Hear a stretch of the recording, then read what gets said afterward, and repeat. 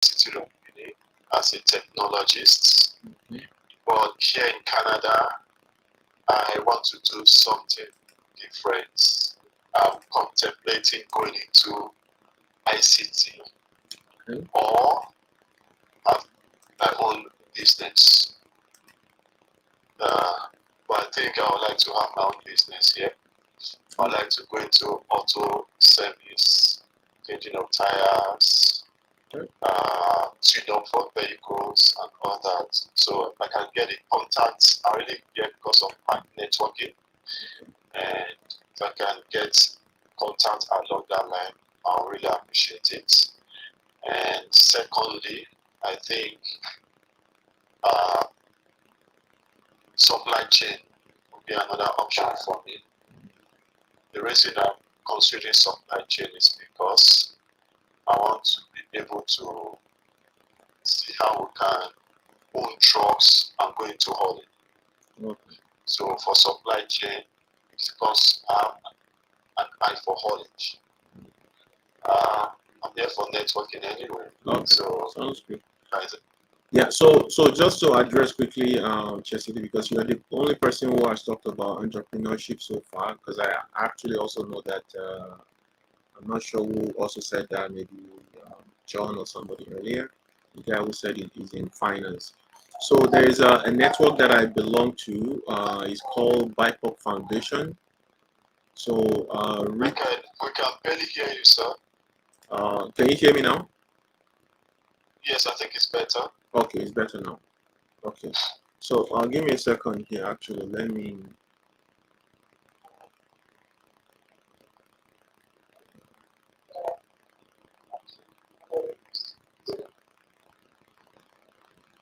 Okay, so I was talking about BIPOC Foundation. Is a network I mentor for, so I mentor entrepreneurs there. So if you are looking into that space in terms of going to entrepreneurship, that is a platform that I would recommend that you go into. So yes, I think I get that. So you reach out to me. So I have a link that you can use to schedule a 15-minute session with me later, and we can talk about it, and I can guide you into how to get mentorship through that platform. Okay. So some people are still saying that my voice is breaking, but I want to be sure if that is okay now or is still the same issue. Is my voice still okay or? It's better now, sir. Okay, it's better. Great. And this your sir, Bego.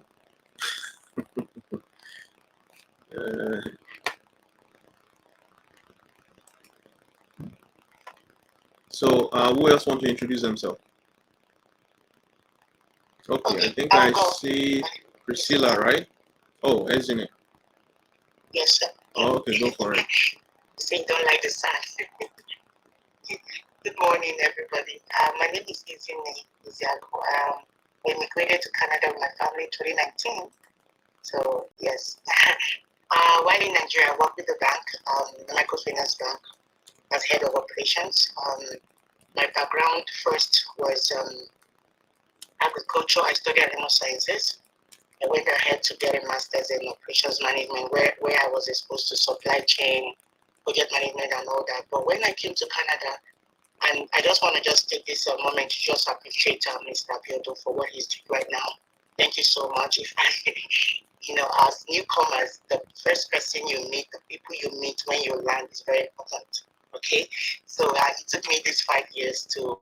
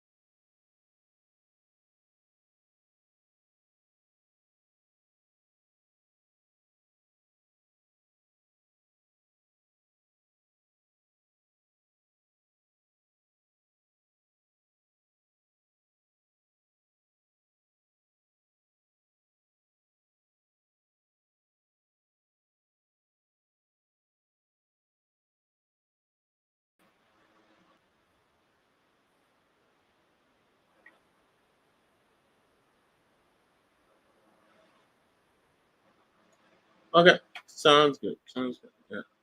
So thanks for the introduction. Um, Abiodun, I'm not sure if that's me. Okay. Abiodun, are you there?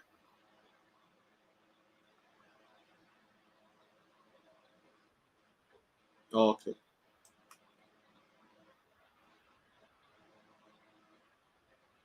Yeah, loud and clear.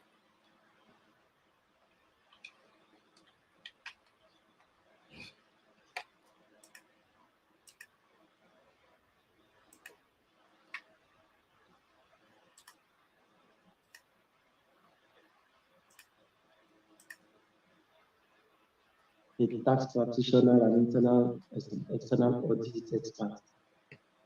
So I've been able to work with the shipping logistics company, and also worked with the manufacturing company, which is into production of ethanol, alcohol, so to be precise. So I have vast knowledge in financial reporting, bookkeeping, account receivables, payables, fixed asset management, inventory management, a full cycle accounting.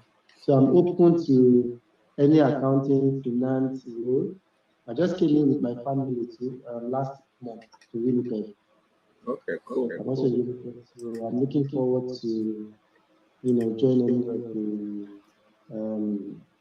activities, any job role that is available for either payroll, payables, receivables, bookkeeping, financial analyst, and all that.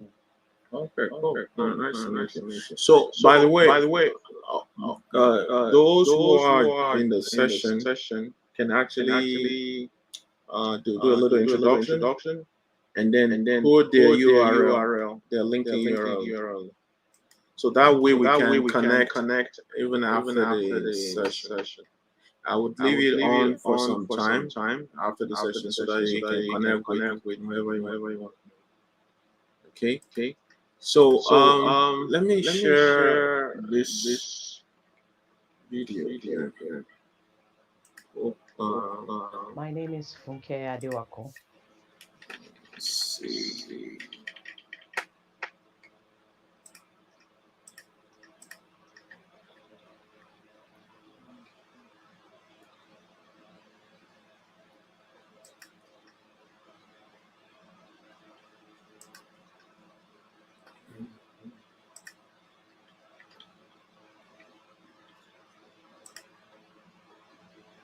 Give me a second. I'm gonna sort out something.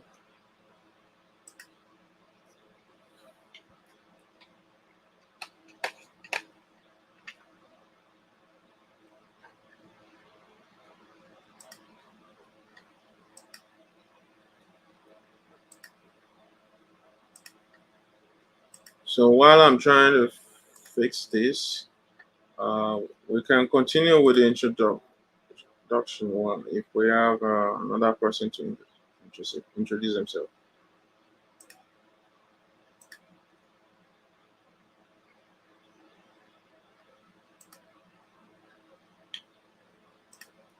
No one?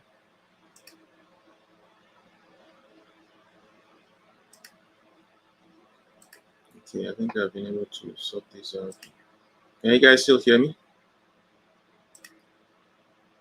Oh, okay, great. Yeah, I had multiple stuff going on here because of the challenges I was having with the system. So I'm trying to take care of that right now. Changes to integrated. Okay. And you should be able to see me now. Okay. Can you see me now, right? Okay, good. Yeah. So there's quite a number of people there. However, maybe if they are not introducing themselves, we can go ahead with the session. I'm going to share my screen here with you guys. Just kind of introduce us to how we help from another person's story. Also, you can hear the story of somebody who transitioned successfully, and how they went about it, and what was their experience transitioning here in Canada. That's what I want to quickly show us. Hopefully, my system doesn't get in the way, because it will be interesting sometimes how this works. Okay, so this is the story of Funke. Can you see the screen? Let me know if you can hear. Can you hear it? Okay.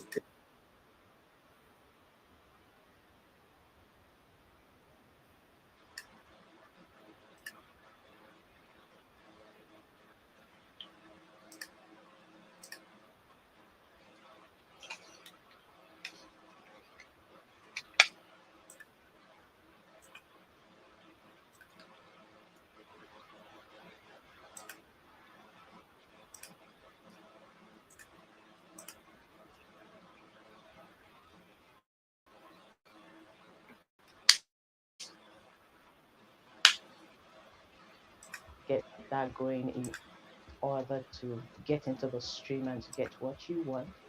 Because I found out that tweaking your resume at times does not do justice to it if you don't really have that experience, even though you have the experience from back home. But it's a different ball game here in Canada. That's one thing I noticed. I came in some years ago, and when I came in, my kids were quite young.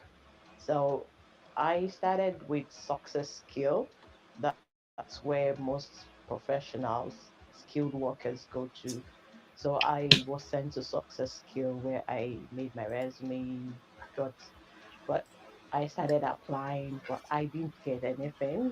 Most of the places I go, they ask that you do you have Canadian experience. So and I feel that for we immigrants, if you're asking for give us, even if you are going to give us a lower role, at least to prove that we have that. That was my experience. So that made me veer into another profession entirely. And then in the long, apart from that, I had childcare issue. I couldn't get daycare for my kids. So that really held me back for months. So in the long run, I had to do what I had to do to get myself going, even though I was in another profession for quite a while before I veered back into to supply chain. So for me, coming to Canada was culture shock. One, two, I'll say whoever is coming, get your mind prepared because there are a lot of things that you wouldn't know, even though when people tell you things, how you can come, but for your mental state, you need to be very ready for it because a lot of things will come up. And where we're coming from, the way the office run is different from the way they run things here entirely. So I met Biodu, I was last year. Actually, I was referred to him from a friend.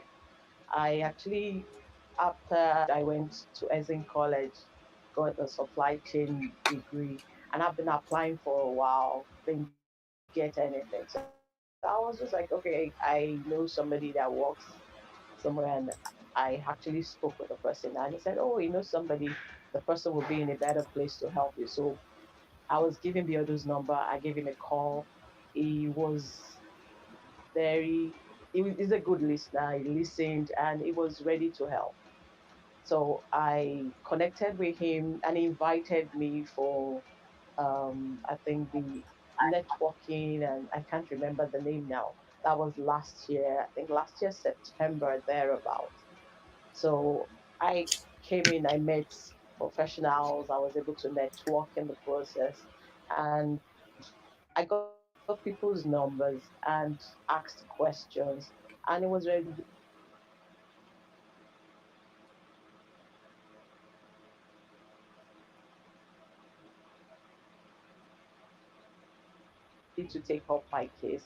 The first thing they did blew my mind that And looking at my resume, he was like, "Oh, we need to change this. You need to change this," and I changed it, and boom, I started getting interview calls, and it was just a turnaround for me because I didn't expect that. So it took me under his tutelage and walked me through, and I can say that is a core professional, is a professional to the core, and is he looks forward to seeing people succeed and excel in whatever they set their mind to do.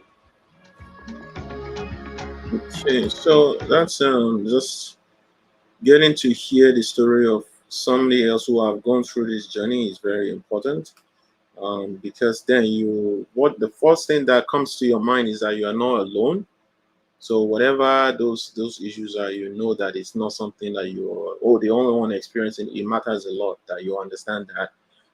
But I guess the thing then is, okay, what is the solution, or how do we go about engaging in a different way that will get the type of results that you want. So earlier, isn't it so said about, okay, the type of people that you meet really determines, your journey or your trajectory here in Canada. And she's very right in the sense that what I've observed over time is if you're trying to change your story or you're engaging on a call to adventure, like guys, this thing I'm talking about, go and look at every story, every even stories that we hear in religions and all of those things. There is always somebody who is a mentor for that hero before they actually get to where they are, right? And that's kind of the cycle that you are in. But a lot of people need to be aware of this. They need to be aware that, okay, well, these are the things that needs to happen on this journey. And if these ingredients are not there on this journey that you are, um, things might not necessarily happen the way they are supposed to happen. Fine, everybody answered that call to adventure to come to Canada, right? If you are here, except for I think he's Kamiku now. So Kamiku, you're still making up your mind if it's going to be Canada or not. Sorry to call you out, right? So, but my point here is this: that the moment you are on this journey, you need to realize that there are some things that need to happen. And one of those things that needs to happen is that you yourself need to be transformed, right? Now, those transformation really is the length of it, or the results or the events that you see during this period, or how you respond to those events. It's all dependent on your own um, your network, the people that you come in contact with on this journey. So I'm going to go through that newcomers journey quickly. Anybody familiar with this one? So pretty much everybody that is going through the Canada journey knows these things. Oh, you go for these interviews, they say, oh, you're a great candidate. However, we found somebody who is a better fit, right? And like this particular one is kind of a code. It's a gatekeeping code, not to tell you what is wrong, not to break the bad news to you. Some of these bad news are things that could actually break you if they tell you, right? So they want to, avoid telling you those type of things. Sometimes they want to, you see they ghost you sometimes, they just disappear, or everything seems to be going well. But all of a sudden, this guy just disappeared on you for no reason. So this is the journey, okay? Ups and downs, and it's a frustrating journey of rejections, lack of immediate feedback from, or even total ghosting. And unfortunately, if you are not processing this journey in the right way, guess what it leads to? Loss of self-esteem. Okay. So basically, you lose your self-esteem, and it appears as if you are the one that something is wrong with, right? Not that all that is happening around you. I mean, before you came to Canada, everything was working very well, fantastic. In fact, before you were actually approved to come to Canada, they assess your capabilities. They saw all your degrees, they saw all the great things you were doing. So how come all of a sudden you came to Canada and it appears that you're like the worst of the of the people around, right? It's just because of this loss of self-esteem that you are responding to from all of those rejections, all of those things that are, I mean, even reaching out to people, your colleagues on LinkedIn sometimes could get people depressed. Because people are not responding to you. You're reaching out to them and like everybody is busy, they don't even care. Like nobody's even responding. And it happens not only to you, that's one thing I want you to know. It's happening to everybody, including me. All right. Because I still send LinkedIn invitation to people who I could actually help and they don't respond and they don't connect.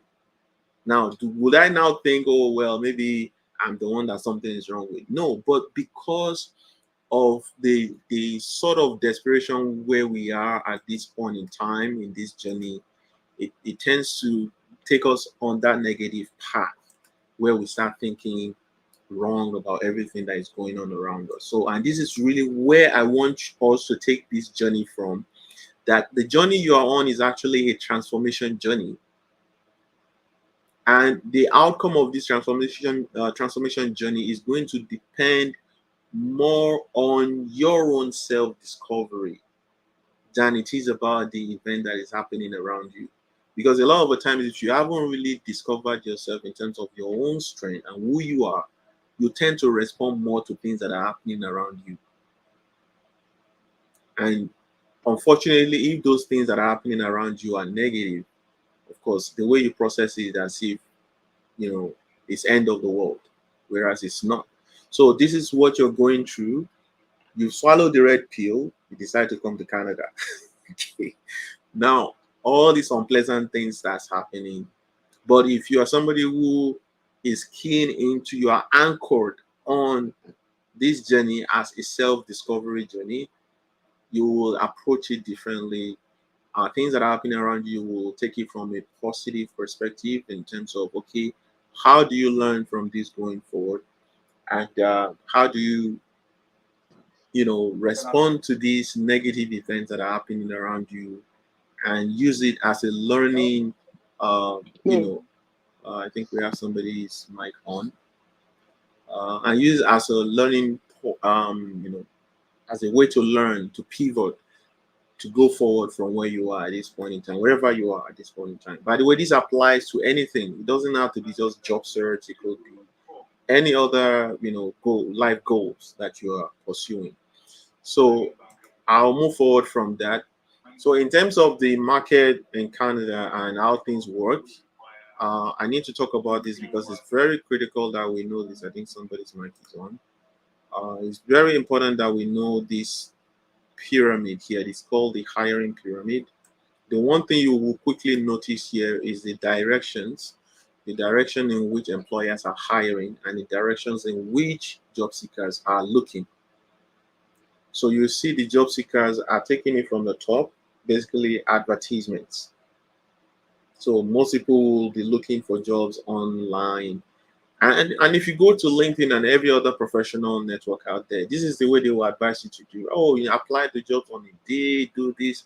Yeah, tweak your resume this way, that way. And I'm sure a lot of you have done that already. You heard that Funke there. You did all your resume jujitsu and you still wind up in the same place. It's not really working. So one thing you need to change, if there's one thing you need to take away from this session, is that you need to change the direction in which you are applying, and you probably will see things from a different point of view. A lot of people that have actually helped, they have to discover this first, and then that changed their behavior in the way they're applying the jobs. And I could give several examples, but we don't have all the time today. So um, one thing you also notice here is that while employers are putting those jobs online, they're also doing these other stuffs. They're asking recruitment agencies, they're asking professional organizations, they are also asking through word of mouth if you know somebody that could do this job, or they're asking their current employees if do you know somebody who can do this job. So They are doing all of these things at the same time.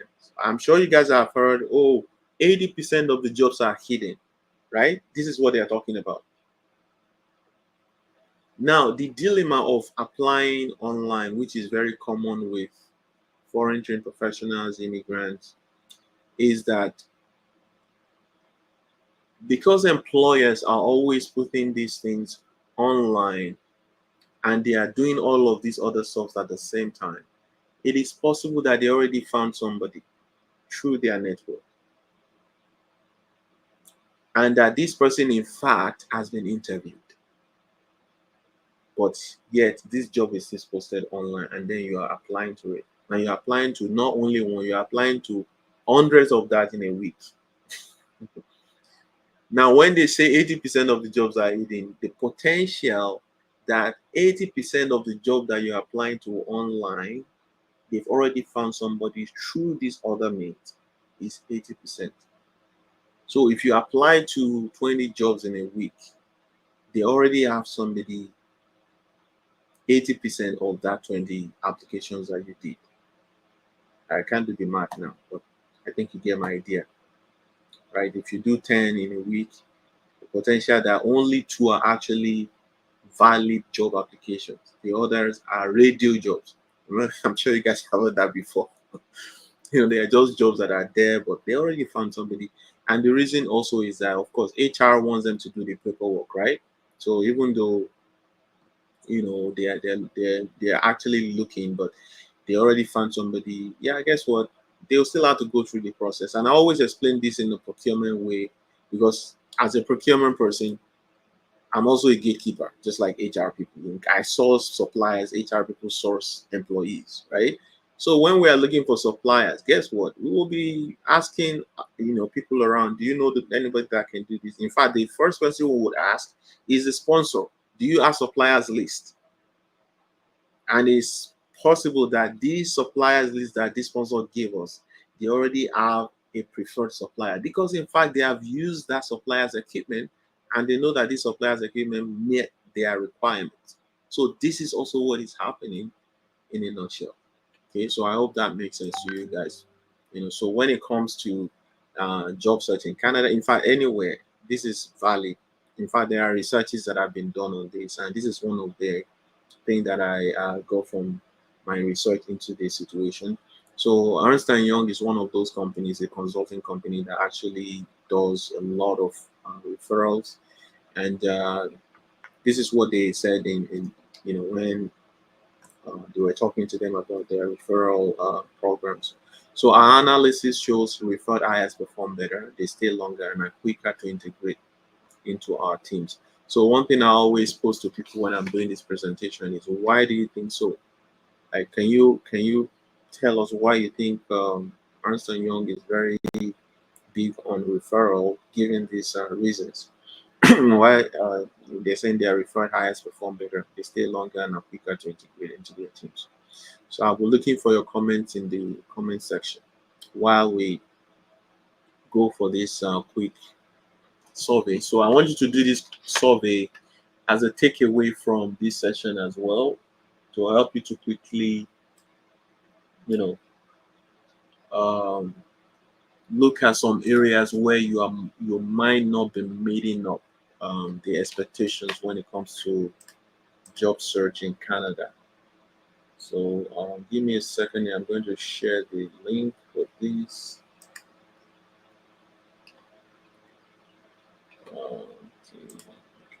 Open somewhere. Yeah, I think I have it on my screen. So I'm just gonna try to. Okay, so can you use this QR code? Have somebody been able to access the survey through this here QR code, or you can perhaps use the website, the URL on the screen. Can you do that? Let me just quickly make sure that the survey is open.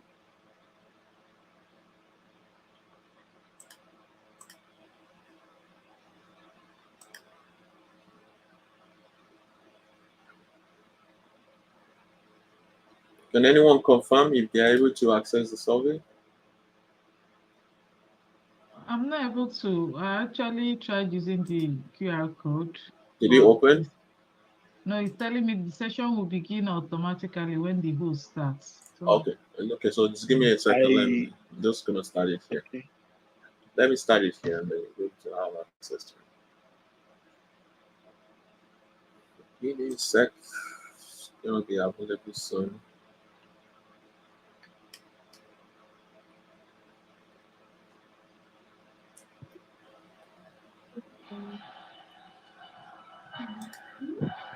Yeah, so and I'm also going to show you the results so that you see where things are really with all the guys that have been taking this survey. So it should be available to you now.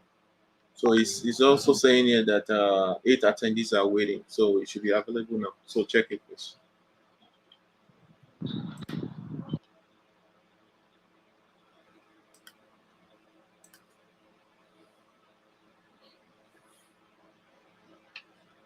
Sir, sorry, do we need to sign up into the higher view? Is it asking you to sign up? Yes, please. Okay, yeah, that's strange. Give me a second. Yeah, I'll just change the settings here. it's same from my Sorry, end. it's still same on my from the UR code. It's not working. It's still not available. Okay, so it should be available, but what I will do is let me share this link with you guys in the chat box. So maybe this one will work better.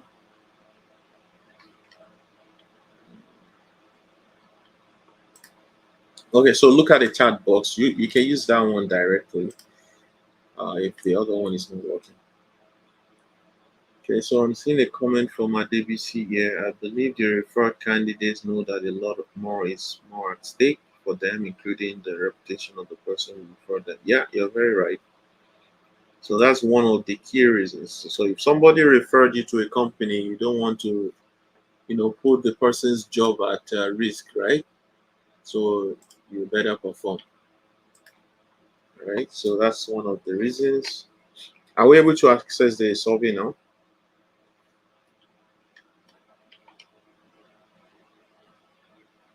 Able to access from my end. The session will begin automatically when the host Yeah, starts. still same with from my end. So even the link that I shared now is the same thing. Yes, yes. That's strange. Because I've actually started it, and it actually indicated that people are waiting. Job search right now. Give me a second. Let me see this.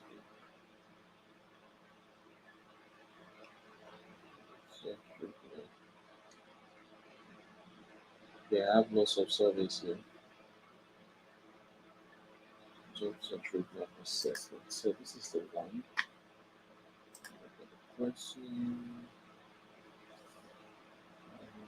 Okay. This is the one.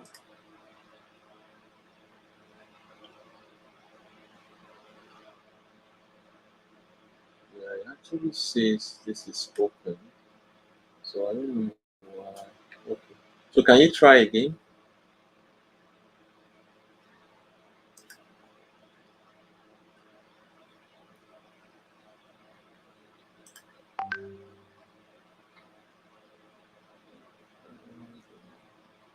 It's working now. Oh, okay. Okay, good. Okay, so I'm still waiting for those responding to the reason why Anson Young saying referred people perform better and they are quicker to integrate.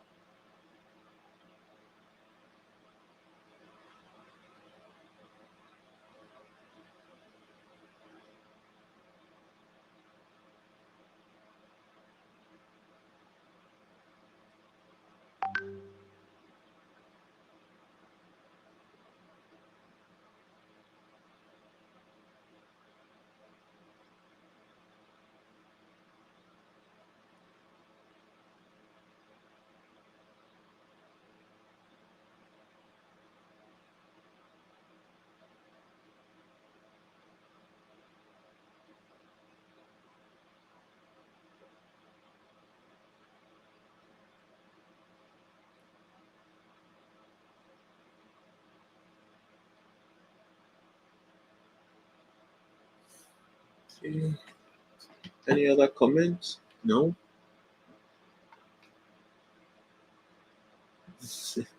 They all have personal interest. I don't get it. Yeah, so I like Taiwo's comment. Another reason is trusted source. So I call it the trust network, right? Yeah. So here is the thing. I tell people that if you were a project sponsor, okay, that is your job, and that particular project you have been assigned relies on you to deliver. And guess what? You need a supplier who is reliable to do that job. Would you rely on a random supplier whom has not really done anything or has nothing to show? Or would you rely on a supplier that somebody has used before or somebody has engaged before and that person is being referred to? See, this is the way business works. Let's just put emotions aside. That hiring manager's performance depends on your performance, and for them they want to be sure that the person they are hiring will perform. And getting people online is not the best way to actually confirm that this person can deliver. And this is why you see this situation going on. It happens everywhere. It's just that the way everybody kind of looks at it is always different. We always look at it from some judgmental point of view. It's leg work. I'm sure you guys have heard leg work before, right? So in Canada, it's really about reaching out to those whom somebody has used before. And well, I'm not saying that there are no discrimination in the issue of Canadian work experience, but this is also where it is coming from. That okay, if this guy has worked in a company before in this role, definitely he will be able to deliver on our own role as well. So this is where the Canadian work experience is coming from. Even though I understand that is underlying discriminatory um, tendencies as well from employers, right? So I think to also save costs and the stress of outsourcing, yeah, that's also another way you can think about it. Like if it's a project and we need resources right away, we don't want to wait, go through all these hoops of HR process. They quickly will figure out somebody who could do it through their trust network, their professional network, friends of friends, you know, colleagues or employees that are already working in the company. My point here is this, that your application, your job search behavior needs to change totally. If your strategy is spray and pray, that's another strategy in job search, spray and pray. Actually, a majority of newcomers in Canada, that is their strategy, is spray and pray. So what I mean by spray and pray is that they'll have this one resume and they are spraying it all over the place to apply to any type of jobs, and then praying that somebody responds and somebody reach out. So that's the spray and pray. But when you change your behavior in job search in regards to the hiring pyramid, or let's say in response to the hiring pyramid, you will do things differently. One of the things you will do differently is that you will no longer wait for interviews to be set up, because that's what a lot of people are doing, right? You apply and then you're waiting for interviews to happen. What I always encourage people to set up the interviews. And what I mean by set up the interviews, I mean informational interviews. And if you have joined one of our sessions before, you will know what informational interview is about. Informational interview is about, okay, I think I need to show that screen again. Why is it not working here? It's my, I see my screen is frozen. Okay, I need to go back here. So if you look at this again, now you're looking for an interview, right? That's basically the milestone that needs to happen for you to get a job offer. Now, what we are doing as job seekers, we stay there, advertisement and job boards. That's where we stay, right? And we know this is random applications, right? But if you have changed your behavior based on what you are saying here, you will be doing things differently. By one, setting up informational interview, because this informational interview that you are setting up, what does it do? It changes this direction to the direction in which employers are hiring. Because now you are talking to people who are working in these companies, you are talking to staffs, you are talking to maybe friends of people who are working in these companies, or you're connecting with professional organizations that where these guys who are working in these companies are volunteering as maybe executives of this professional organization, and they work within these companies, and they're able to get to know you through these trust networks, which then becomes opportunities to get leads into jobs within those companies. You're talking to recruitment agencies who have been hired by these companies to seek people who can do those jobs. So you will see that once you start doing that, the direction of your job search will change. I know it's easier to say, but what I've observed over time is that when you have a particular type of behavior, which is the spray and pray that I was talking about earlier, to change is very difficult, because then you are just so used to that way of doing things that has been ingrained in you. In fact, that's what they teach in school. Oh, they will just tell you networking. Network. So what does networking mean? You have no idea, because all they emphasize every time is paperwork. Oh, you need to do your resume this way. Oh, you need to do the link thing. Oh, you need to do this, you need to do that. But they don't focus on how the industry really works. This is what I call the industry approach. Okay? The industry approach is different from what they are teaching in school. So this is the way you need to think going forward after this session, that all of those things you have been throwing into the black hole, the application you've been throwing in the black hole, if you want it to change, then you need to change the way you apply. You need to talk to people. So the survey you guys are doing, let me check it here. And I think the result of the survey will also tell you what is going on with a lot of the applications that people are doing in the industry, in the sense that it's always focused on this other direction, the way that people are seeking jobs than the way the employers are actually looking. So I'm going to show you the result of that survey right away. Okay, just give me a second. I think I have to bring it to my screen here. I need to stop sharing this. Just give me a second. Let me bring it to my screen. Let's see what happens. Okay, I can see it. Okay, but I need to change my view here. Stop sharing here.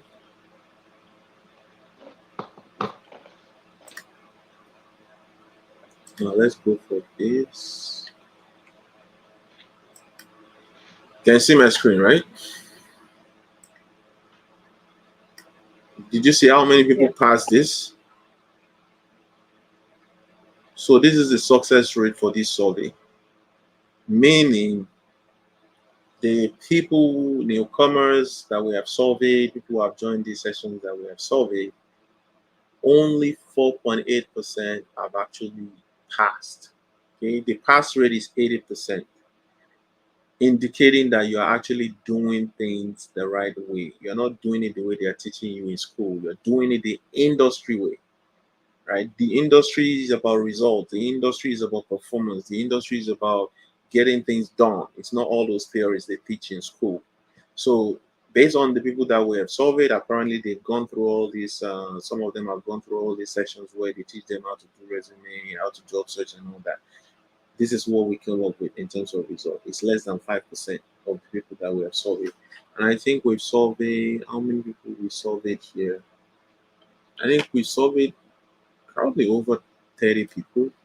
I couldn't see the number again, but I will look at it later. So there you have it. Okay. It's just a way to show you the direction in which people are actually applying to jobs. Um, let's go through some of those results. How many referrals have you obtained since beginning your job search? Um, None for the most part. You can see that blue is showing you that more than half of the people who are applying have actually gotten the referrals. And then also the orange one here is showing that okay, one to two referrals basically. So that's huge in telling you how people actually are behaving when it comes to job search, right? Are you currently utilizing a mentor or a coach in your job search? Okay, so this is, I believe, is split between no, okay, and no, but not considering, but considering. So that is still, in fact, that is very huge. We're talking about maybe this is more than if you add that this color, which is, I think this is what do we call this? Is this light orange and then the light blue together, which is basically no. You will see that we're getting something around 75% of the population that has responded to the survey are not using coach mentor in any way or form. And remember when I began, I said these transformation journeys need somebody to guide you. You go and read every story from beginning to the end in all the religions, the story of every other person. You always need somebody to guide you on this transformation journey you're on. All right. So let's move on. How long have you been actively searching for a job? Uh, okay, we don't need this one for now. It's just kind of give you an idea of how many interviews have you had so far. This is also an indication that things are not working. One to two so far, right? More than half. This is an indication of probably your resume sometimes, but it also ties back to your job search strategy. It's pray and pray. Because they told you to write those resumes and then you just keep on applying and not getting the result. Whereas the behavior should have been you setting up the interviews through informational interviews, through networking where you meet people that are within your company, through LinkedIn, reaching out to your colleagues who are already working in the industry, those people who have been through that journey with you. Those who understand your journey, they have been through that journey themselves. So they understand your pains. And those guys are the guys that we have on our platform. So these guys are on our WhatsApp, and this is why we created our network because they're already here. We can't be complaining that, oh, Canada is this, Canada is that, and then we have guys who are in this industry and they are not helping, right? So this is why we set up our network because through those guys who are in our network, at least you can know about their companies. Set up these type of sessions with them. You can know about where they work. Okay, how does procurement work in your company? How does supply chain work in? How does project management work in your company? The job that you do, what does it involve? What are the processes? See, this is the journey. I know everybody wants a job offer, but are you willing to go through that journey that leads to a job offer, right? So, have you received feedback after an interview? Yeah, this just kind of an indication of the results we're seeing, where it's not really working. Do you have a structured job search strategy in place? No, pretty much most of the time people don't have any strategy. The strategy they have though is they spray and pray, which is what they teach in school, anyways. On average, how many job applications do you submit per week? Okay, so this is telling you what people are doing, right? 1 to 5, per week, and then we have more than 10. So it's just kind of an indication of how people are actually behaving when it comes to job search. They are behaving the way they've been taught in school, right? So how many responses have you received from recruiters regarding your job applications per week? So 1 to 2. So it's not working, basically. So this is the result, and then you could see that the result is really it's not a good outcome, for the most part for job seekers. 4.8% actually are able to really get the type of results that will lead them to a job offer. So that's just the point of this survey to show you what is really going on and what we are seeing in the industry when it comes to job search. I can't get access to other questions. Okay, so I don't see any more from people responding to the survey question. I mean, the question I asked earlier about.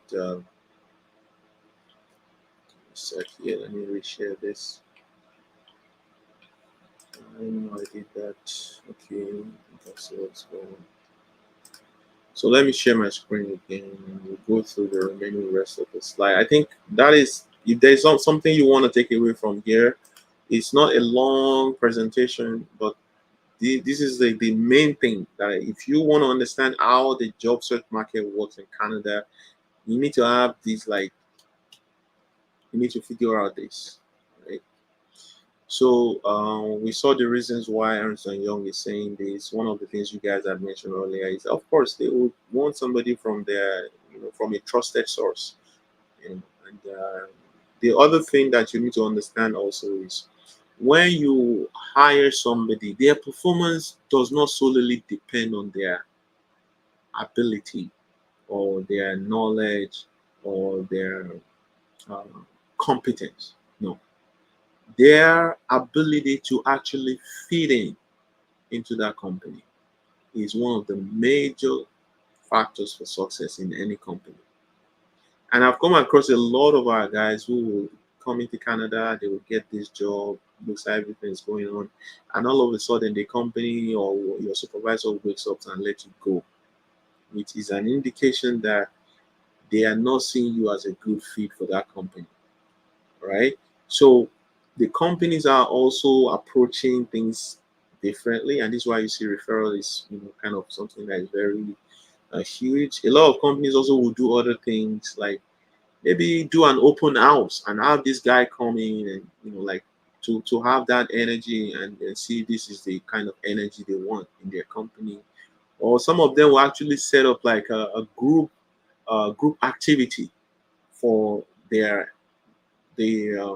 job applicants, to observe how they interacted with the other guys that are working with them, and then they can use this to then make an assessment of how well they could fit in within the company. But what referral does in terms of helping you or to deliver on the job is that if you have a friend in that company, guess what? That friend also has friends in that company. And this friend you have in the company is able to help you navigate the social cultural landscape within the company, meaning you become friends of their friends, and it helps you to be able to deliver on the job. You don't do any job on your own, you have to work with others. And then if you're a difficult person to work with, guess what? Or you are an introvert who is not really out there, meeting with others, somebody like me. So you could really find it difficult to be able to deliver on the job, especially in supply chain. You have to talk to suppliers, customers, stakeholders on the project, and all those stuff. So you better be somebody who is friendly, somebody who is they're able to work with easily. Otherwise, it won't work. So these are some of the reasons why you see companies relying more on referrals. Let me see what my time is here. Okay. So here are the approaches. So I already mentioned that you need to change your strategy. Um, you need to change your behavior, most importantly. Strategy is important, but your behavior is very, very fundamental to how things happen going forward for you, especially for those of you who have been on that journey for some times and things are not really working out. So you need a mentor. It's, like I said, it's just the way life works. Okay, it's like you need a guide on this journey. It will save you from costly mistakes. And this, like I said, this is why we set up our network. We have people across different levels within the industry. We have directors, we have managers, we have those who are just starting out, we have those who are made, senior level. So all the ranges, we have them in our group. And it's really about connecting or going out of your comfort zone to reach out to these people, because I also see a situation where you're not reaching out to them. Like you have this huge number of people that are already working in the industry and you're not reaching out because you have been told the way to apply to jobs is through, spray and pray. So when you have people in your network who actually can guide, who actually can provide insights to you, you don't even look at them, for help because you have been told this is the way it works. It's through paperwork only, and we know that's not the way the industry works based on what we have discussed so far. So the minimal socialize your job search strategy. Every successful project manager knows that the way you can get any project done is by socializing. So you can do all your planning and all of those things as a project manager, okay? But to really succeed on that project, you know what? You have to be able to work well with stakeholders. You have to be able to socialize your goals with them in terms of how do you negotiate, how do you influence, the desired outcome in this process towards getting the results you want. This is what we mean by socializing. So if the same thing needs to happen with your job search. You need to socialize the job search. SWOT resume. We'll focus on SWOT resume next week, next Saturday. So what I would just say here is a lot of us come to Canada with curriculum vitae. Curriculum vitae, as far as I'm concerned, it's a biography. Who needs a biography when you're trying to hire somebody who could deliver a job? Nobody needs that. So, and this is why resume is a North American thing, which is just basically making sure you go straight to the point. I don't want you to waste my time. I want to see if there's something you can do within the next few lines. So if you have a resume that is 3 pages, yeah, that wouldn't work. If you have a resume that just basically telling all the things that happen in your life, on your career, doesn't work. We just want to see what value you bring. What are your accomplishments? How does what you have done in the past, how does it relate to the job that we are bringing you to do? I want to see that in the very first 5 lines of the resume. If I'm not seeing it, I don't have time. I'll move on to the next resume. So the second page, the third page doesn't matter to me if the first five few lines of the resume is just telling me about you're a fantastic guy, all those things we write, right? A professional summary, or we call it I forgot, they call it some fancy names. Yeah, those places are really where you need to get straight to the point and on how you met the qualification, how your experience matches the experience you're looking for, and how you have done something like that in the past and the results that you have achieved for other companies. That is what that place is meant for. It's not for how you a wonderful project manager, uh, highly uh, professional, seasoned. Have you heard that one before? I've used that before. Seasoned professional. Oh, so all of those, those kind of words that we use in our resume. Nobody needs all of that. We just want to know how well you match this resume in terms of the qualifications, requirements, expect the type of results we're looking for. Have you accomplished those results in the past? These are the things we want to see on the very first half page of your resume. Otherwise, it's going straight to the trash can. Now, I've mentioned get a mentor, networking. Okay, so networking is another important one. But what I'm just going to say about networking is that networking is about how you add value. If you have never heard that before, that is what networking is. And again, back to school, I like to flog that very well because for me, I feel like they're doing it wrong. They teach this networking, but they don't really emphasize that everybody that comes to a networking event have something that they need, right? Including you, the job seeker. So you go to an event, you see a project manager, of course. Maybe this project manager might be a good person to connect with, but you did not really start on a good um, level where you actually understand this person by taking interest in their own journey. All you just went about is, oh, can we exchange cards?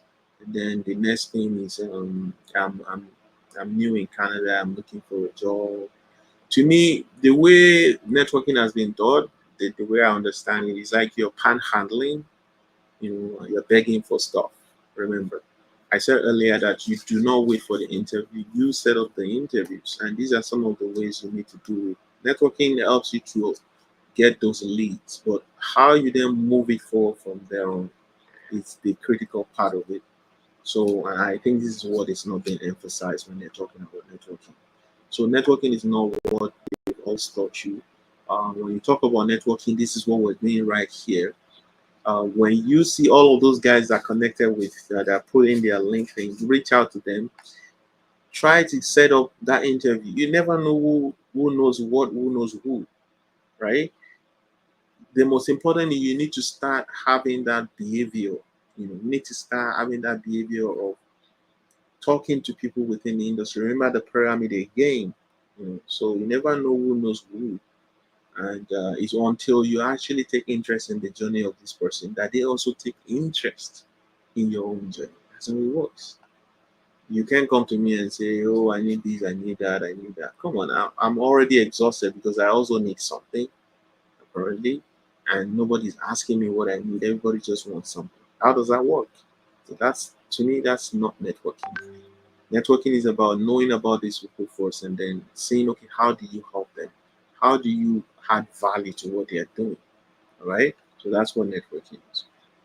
Now, whether it's fair or not, you need to have employees make referrals for you if you want to find a job in Canada. Okay. So aside from having a mentor, you need to have somebody who refers you.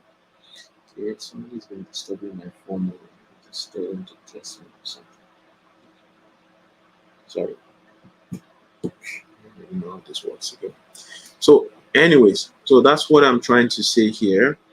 You need to get referrals. There's a process to it. One of those process steps is, you know, setting up the interviews. So when I say setting up the interviews, meeting people, how many people have you met in your industry who have the job titles that you are exploring? Okay, so you want to be a project manager. How many project managers have you talked to? That's how you start to assess your behavior, when it comes to job search.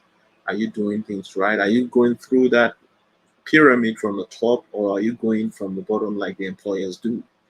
So these are the kind of questions you need to ask yourself. And by the way, I tell people that when recruiters are trying to fill a role in their company, you know what they would need to do?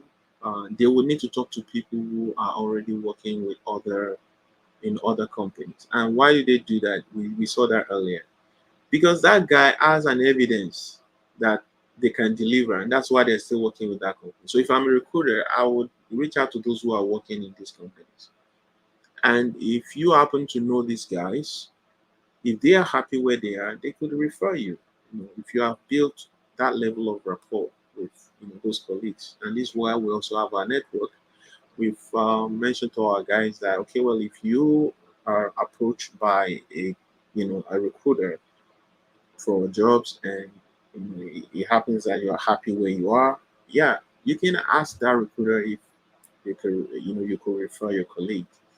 And this is something that still happened. Is it last week now? This week, um, where I connected with somebody on LinkedIn and I saw my profile and I thought, oh yeah, I like your profile. Are you interested in this role? And I'm like, I'm kind of an entrepreneur. I don't really work full time, but if you don't mind, I can refer somebody whom I actually think is a great fit for that role. And there you go. I connected the person, within a day, and they're now in conversation. So this is the way. This is the industry. It is different from the way they taught you in school, or the way that they put it out there as if it's just some jiu-jitsu that you have to do and things like that.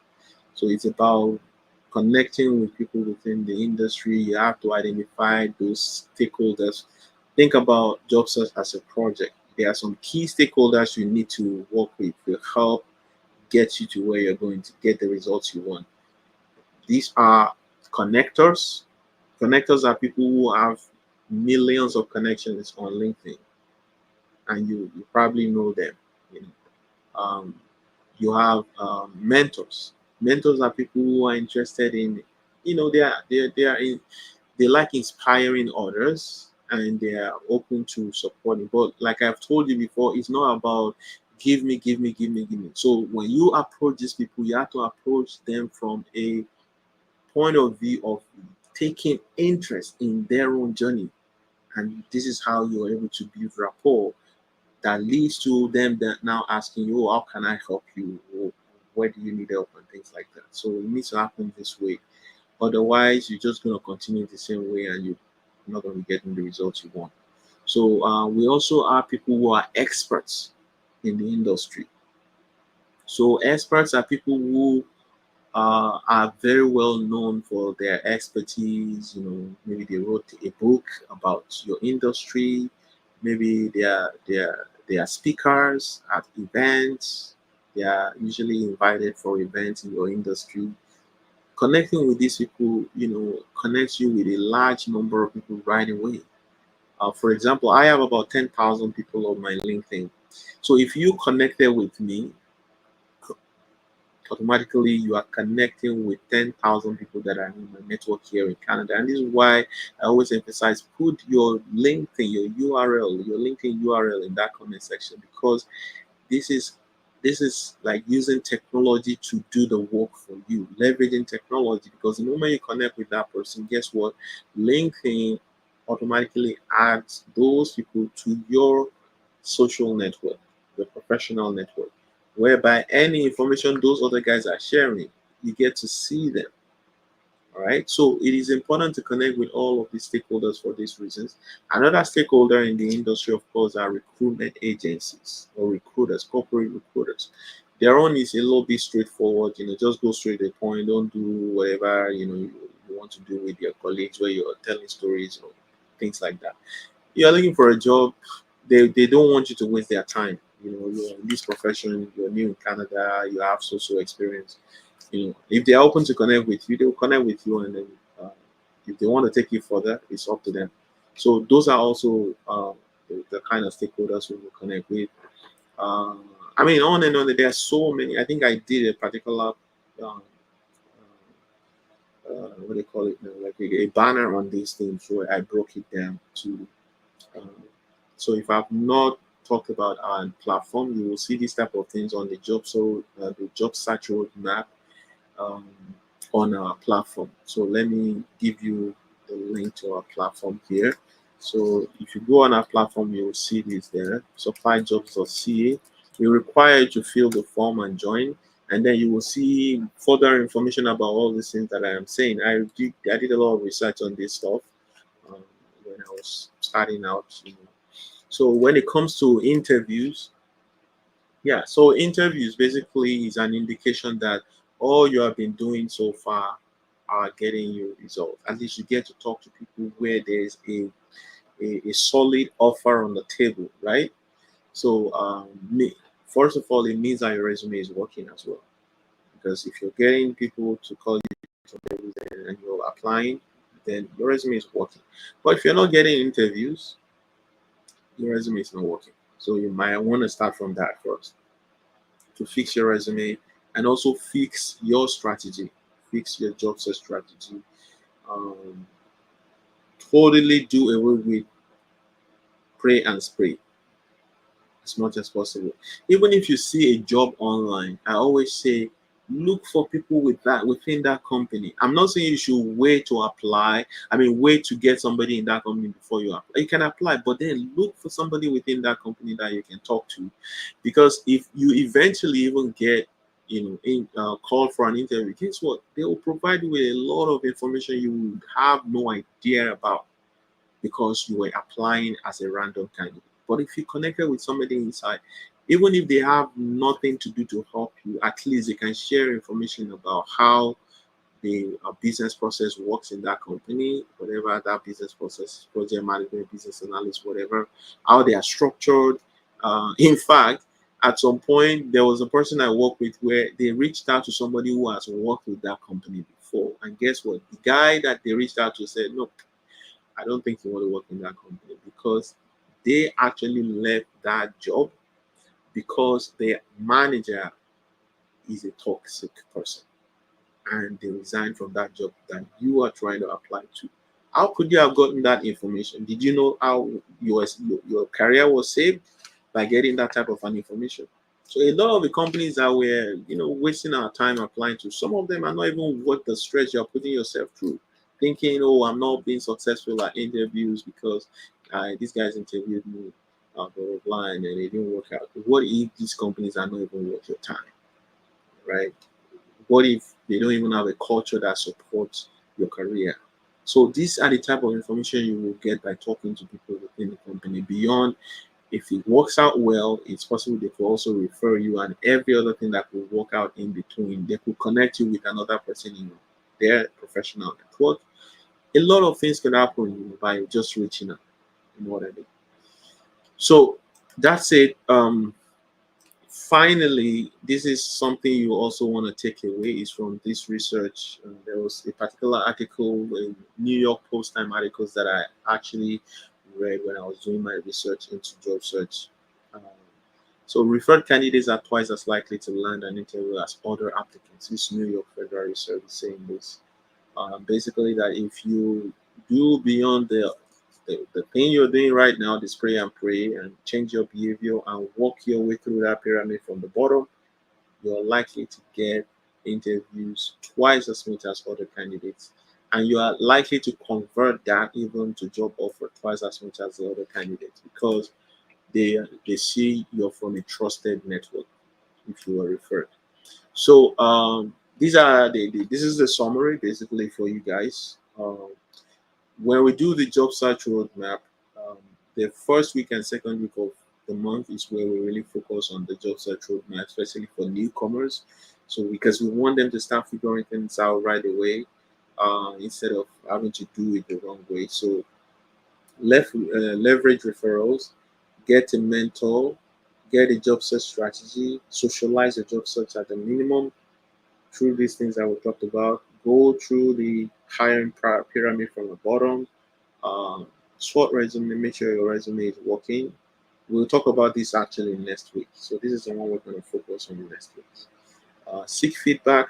Feedback is very critical. This is what your mentor also was supposed to help you with. Just in case you're not getting feedback from the companies, your mentor actually will help you. But I provide feedback to a lot of guys, because if they don't have this feedback, it just gets them into a bad place where they're not able to have closure, and it further gets them into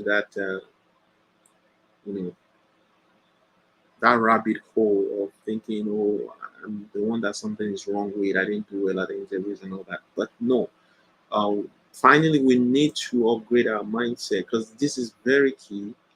Um, because this mindset change is really what leads you to change your behavior as well. If your mindset don't change, your behaviors don't change. It's as simple as that. So this is where I will leave it today. On and on.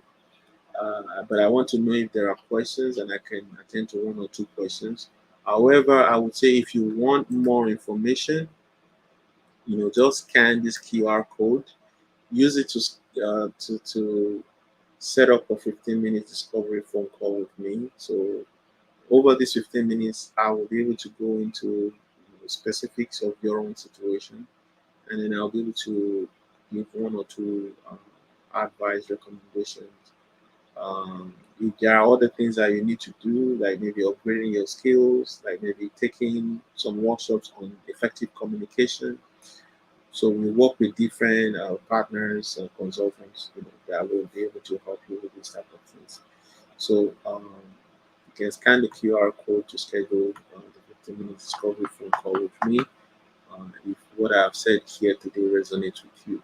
So that is it. But I will be waiting for your questions. If you can raise up your hand, I will listening to your question.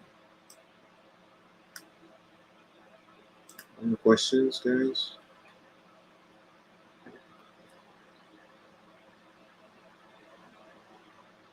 Let me see. So you can indicate you have a question by clicking on the what is it called now? Okay, Vera. Okay, Vera has a question. Go ahead, Vera. Yeah, I do. So I'll just say that thanks for the session. I guess that's what I've been actually, that so far, that's what I've been looking forward to, having someone to guide me. Because I've seen that the job search, everything is different from where I'm coming from. And I've been finding it difficult to even know where to start. So I guess I'll go ahead and book the 15-minute session with you, and from there we can take it off. Okay, sure. Sounds good. Thanks. Yeah. Thank you so much. Any other question or comment? Any other comment, questions? So you will get I think you will get a survey after this session. So basically, we also want to improve on our sessions. I think next week we want to be hands-on a little bit next week with resumes.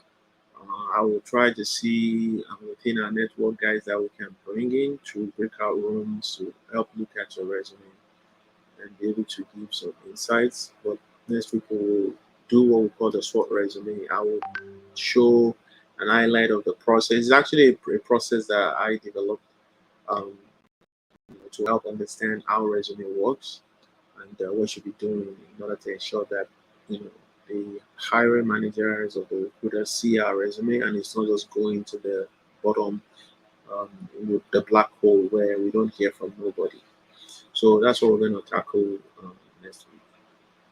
If there are no comments, no questions, wait for my survey. I think it should automatically be generated after the session, and we would like to hear from you for any type of improvement that you want us to use to improve our presentations.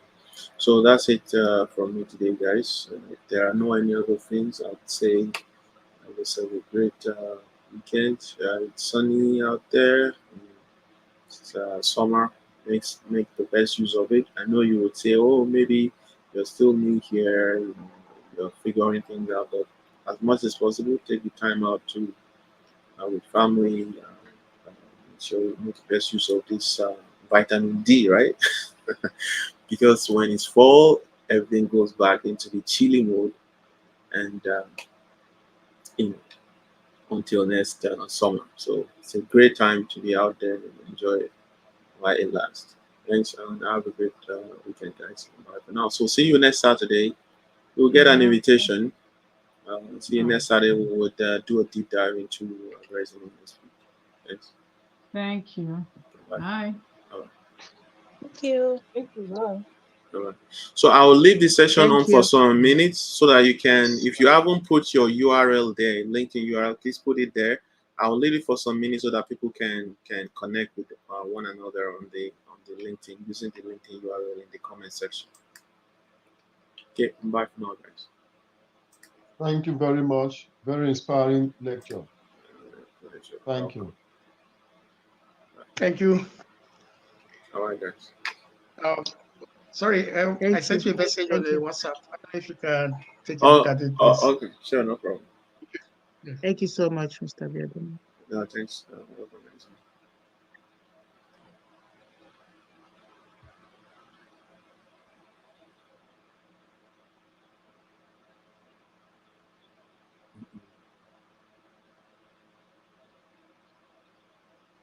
Mm.